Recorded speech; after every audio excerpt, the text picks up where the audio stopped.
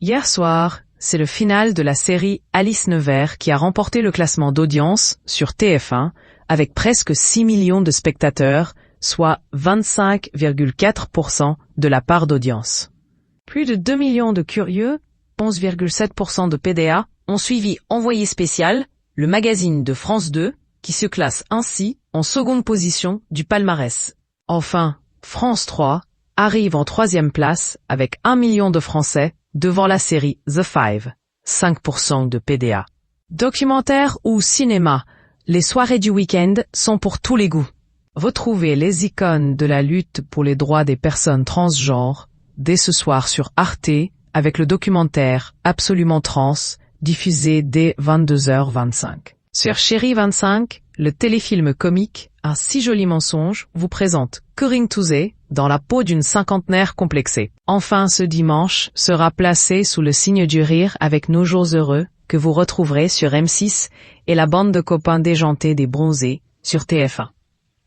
Synopsis. Des pionnières du cabaret parisien des années 1950 à Dana International, lauréate du concours de l'Eurovision en 1998, des muses de la Factory d'Andy Warhol aux youtubeurs S-Transition, des icônes de la lutte pour les droits des trans à la star Laverne Cox, de Lily Elbe aux sœurs Lana et Lily Wachowski, réalisatrices de Matrix.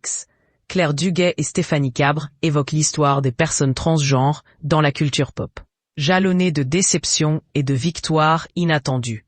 Riches en archives, leurs films donnent la parole à de nombreuses personnalités. Zachary Drucker, Buck Angel, Stéphanie Michelini, Catastrophe, Balian Bushbaum, Bambi ou encore Jen Richard. Synopsis. Bruno, un auteur de bande dessinée, enthousiaste et naïf, tombe amoureux d'une dermatologue. Il noue une relation amoureuse passionnée. Porté par ses sentiments, Bruno envisage tout de suite d'avoir un enfant. Mais Christine a menti sur son âge, jouant de sa beauté intacte. Elle n'a pas 42 ans, comme elle le prétend, mais 50. L'âge des tumultes physiologiques. Empêtrée dans le mensonge, plongée le temps d'un week-end dans une fête familiale où la mère de Bruno mène la danse, Christine voudrait bien dire la vérité. Mais la présence de l'ex-compagne de Bruno, l'arrivée de la belle famille, la plonge dans un tourbillon dont elle se serait bien passée. Synopsis. Après un voyage épuisant, des vacanciers arrivent en Côte d'Ivoire, dans un club de loisirs. Tous ont le même désir, profiter au maximum de cette semaine de vacances. Bernard, cadre commercial, rejoint sa femme Nathalie, qui lui avoue tout de go une première infidélité.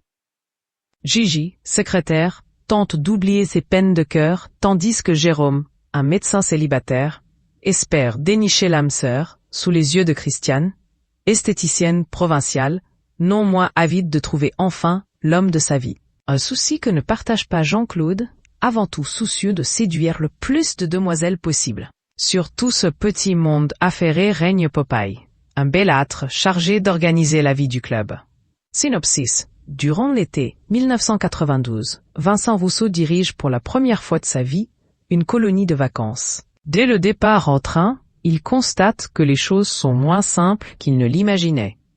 Entre celle qui a perdu sa valise et celui qui ne veut pas lâcher la sienne, sans parler de celui qui harcèle tout le monde de questions et celle qui refuse d'arrêter son Walkman, les enfants se montrent plus qu'ingérables.